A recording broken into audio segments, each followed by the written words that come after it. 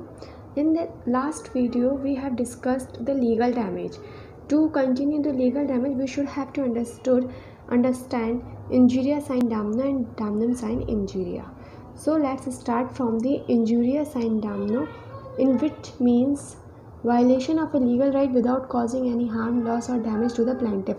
Plaintiff को बिना कोई लॉस या डैमेज हुए उसके लीगल राइट का वायलेशन होना, विच मीन्स इंजूरी। अगर हम इनको टुकड़ों में तोड़ दें इन तीनों वर्ड्स को, और इंजूरिया का मतलब होता है injury to legal right, sine means without, damnum means damages या फिर monetary loss. Injury to legal right without damages और monetary loss. Understood?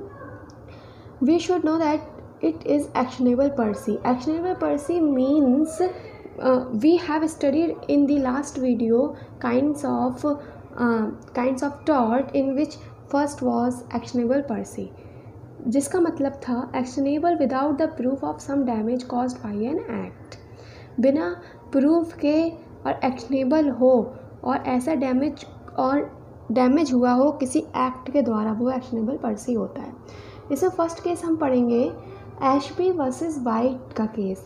Ashby versus white का केस भी हम आपसे डिस्कस कर, जिसमें एक क्वालिफाइड वोटर होता है और उसको वोट देने से डिफेंडेंट के द्वारा रोक दिया जाता है, और जो उसका लीगल राइट था वोट देने का। तो इस केस में एशबी को कंपनसेशन दिया गया डिफेंडेंट पार्टी की तरफ से, और एशबी जो प्लेंटिफ था वो जीत गया क्योंकि उसके लीगल राइट का वायलेशन हुआ था, उसे वोट देने से रोका गया था। इसमें नेक्स्ट केस है Bhim Singh versus state of Jammu and Kashmir. ये भी हम डिस्कस कर चुके हैं लास्ट वीडियो में। जो पेटिशनर होता है वो हमारा भीम सिंह होता है। वो एमएलए था जम्मू एंड कश्मीर का, और असेंबली सेशन ज्वाइन करने जा रहा था, तब उसे रास्ते में पुलिस के द्वारा अनलॉफुली डिटेन कर लिया गया और उसे कोई हार्म कॉज नहीं हुआ था उससे। तो सुप्रीम कोर्ट में इसने कहा था इस केस में कि भीम सिंह को रिलीज़ कर दिया जाए और उसे कंपनसेशन दिया जाए।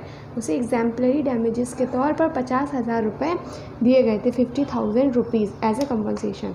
नेक्स्ट केस हम पढ़ेंगे Ashrafi Lal versus municipal corporation of Agra 1921। इसके फैक्ट्स जो हैं इस केस के बराबर हैं, एज सेम। इसमें भी वोटर लिस्ट में वोटर जो था उसका नाम नहीं आया, जिससे वो अपने राइट टू वोट का अधिकार जो था उसका पालन नहीं कर पाया, और इसमें इशू क्रिएट हो गया कि जो कॉरपोरेशन थी म्यूनिसिपल कॉरपोरेशन वो लिएबल होगी या नहीं।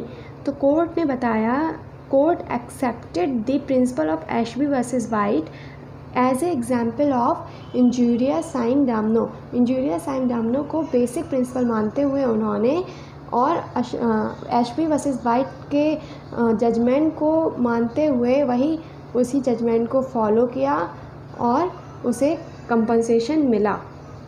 Next come to the damnum sine injuria. Damnum means damage in the sense of money, loss of comfort, service etcetera. किसी भी चीज़ का आपको डैमेज होना वो डैमनम मीन्स होता है। Sine means without, injuria means injury या फिर इन्फ्रिंजमेंट ऑफ लीगल राइट।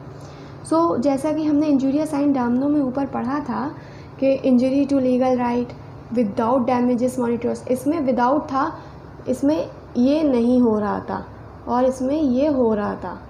लेकिन डैमनम साइन इंजूरिया में ये हो रहा है डैमेज और इंजूरिया नहीं हो रहा है।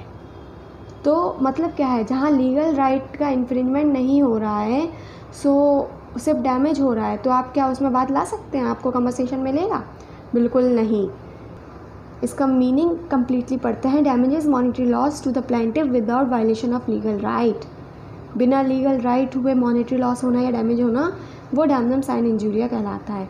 इसमें एक नोट है, इट इज़ंट एक्शनेबल। ये एक्शनेबल नहीं है क्योंकि no injury to legal right, इसमें लीगल राइट का कोई इंजरी नहीं हुई है, इसलिए हम इसके खिलाफ वाद नहीं ला सकते। That's all. इससे रिलेटेड केसेस हम नेक्स्ट वीडियो में डिस्कस करेंगे। Thank you very much.